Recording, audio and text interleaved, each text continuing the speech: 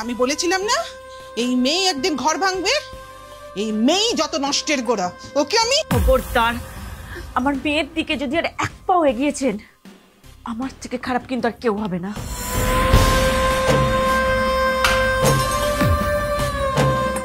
Perfect timing.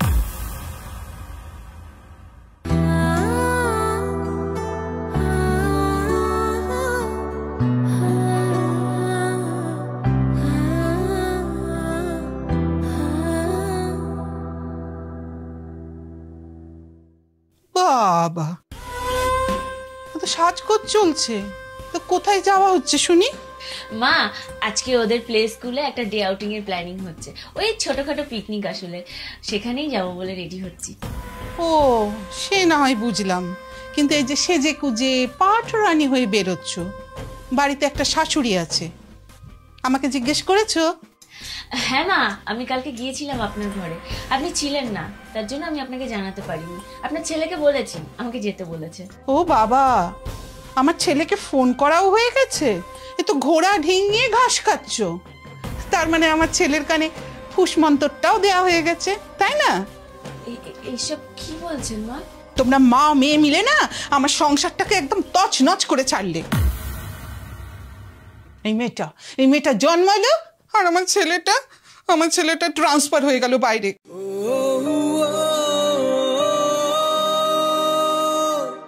ওই মেয়েটা না সংসার ভাঙার জন্যই জন্মেছে। মা,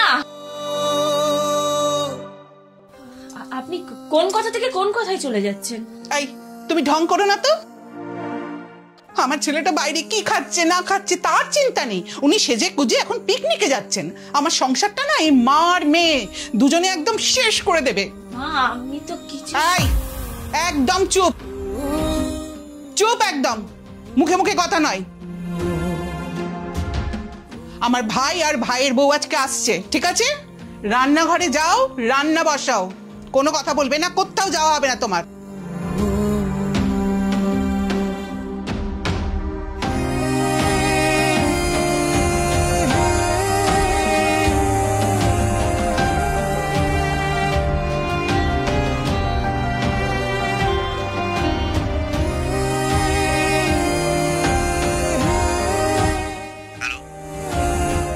তোমাকে তো আমি বলেছিলাম যে আজকে ওর প্লে স্কুলে পিকনিক আছে। হ্যাঁ বলেছিলে তো, বেরিয়েছো? না, বেরোইনি। তোমার মা বেরোতে দিলে তো বেরোবো? উঠতে বসতে একটা দুধের শিশুকে বাজে কথা বলে কেন? ও মেয়ে সন্তান বলে। পূজা, আমি তো এখন কাজে আছি। হ্যাঁ, কাজ করবো নাকি এসব শুনবো বলো দেখি? হ্যাঁ, তুমি একটু ম্যানেজ করে নাও না। রাখছি, আমি এখন পরে কল করবো।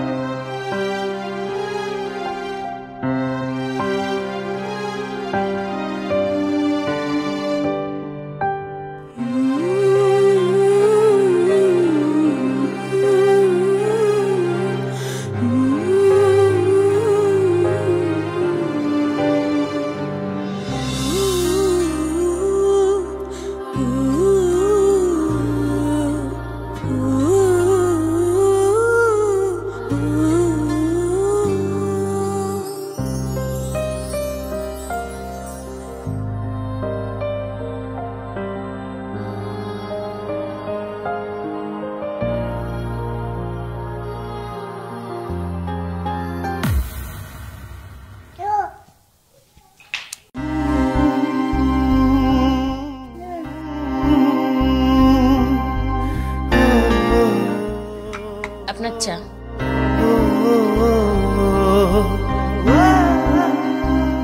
বাচ্চাটা ঠান্ডায় ঘুরে বেড়াচ্ছে, ওকে তো সোফায় আপনার পাশে বসাতে পারতেন।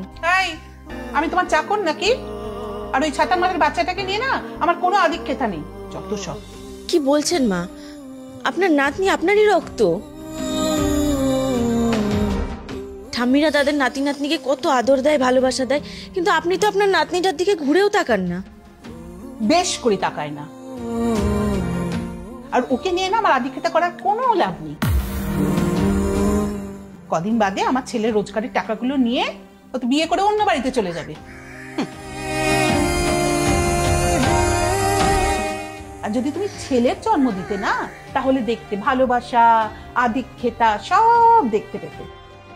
এখন যাও তো, বিরক্ত লাগছে আমার, টিভি দেখছি আমি। যাও তুমি। কি বলছেন এসব? কি বলছি মানে? তোমাকে যেতে বলিস, তুমি যাও এখন।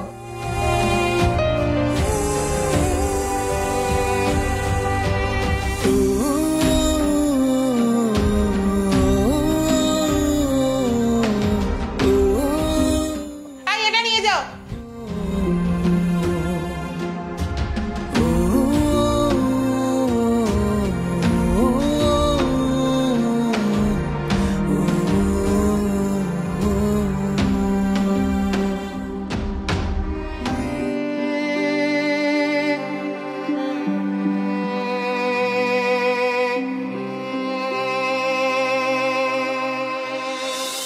মান্তু, এই যে কি খাবে? মাম্মাম খাবে।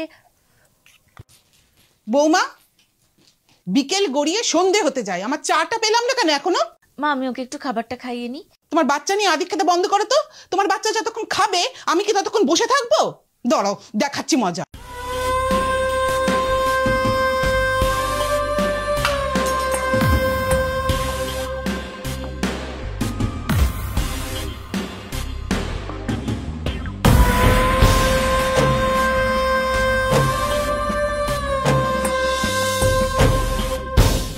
Perfect timing. আমি তোমার অসভ্যতা অভদ্রতার কথা এতদিন কানেই শুনে এসেছি মা, আজ নিজের চোখে সেটা দেখলাম। আমি কাউকে কিছু না জানিয়ে এই বাড়িতে এসেছি কারণ আমি জানতে চেয়েছিলাম যে এই বাড়ির ভেতরে ঠিক কি কি হয়, আর আজ আমি সেটা নিজের চোখে দেখতে পেলাম। মা, তুমি একজন মেয়ে হয়ে আমার মেয়ের মুখের সামনে থেকে খাবারটা ছুঁড়ে মাটিতে ফেলে দিলে।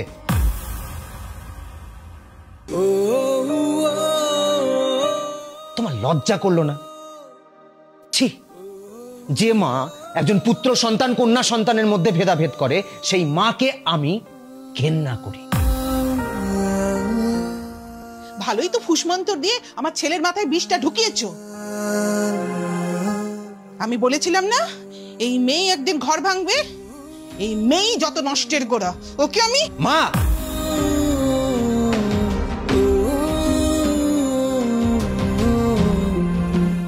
খবরদার, আমার মেয়ের দিকে যদি আর এক পাও এগিয়েছেন, আমার থেকে খারাপ কিন্তু আর কেউ হবে না। অনেক সহ্য করেছি আমি অনেক সহ্য করেছি। দিনের পর দিন আমি সব মেনে নিয়েছি। একদিন সব ঠিক হয়ে যাবে এই ভেবে। কিছু মানুষ জীবনেও বদলায় না।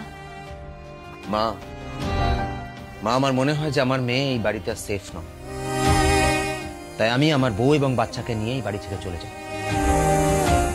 আর হ্যাঁ, আমার মেয়ে তোমার কোনো সম্পত্তির ভাগ নেবে না। শুধু আমার মেয়ে নয়, আমিও তোমার কোনো সম্পত্তির ভাগ নেব না, কারণ বিজ্ঞানসম্মত হিসাবে মেয়ে জন্ম দেওয়ার প্রথম দায়টা আমার উপরেই বর্তায়। তবে তুমি চিন্তা করো না, ছেলে হিসাবে তোমার প্রতি আমার যা যা কর্তব্য আমি সব পালন করব, কিন্তু এই বাড়িতে থেকে নয়।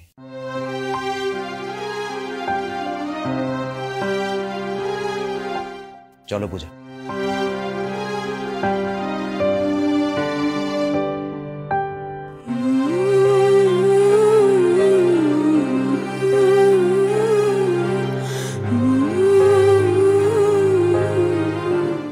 বৌমা, যেও না, তোমরা যেও না।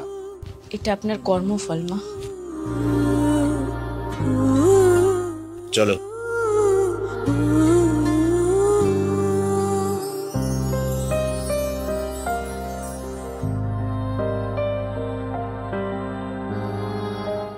এটাই আমার কর্মফল।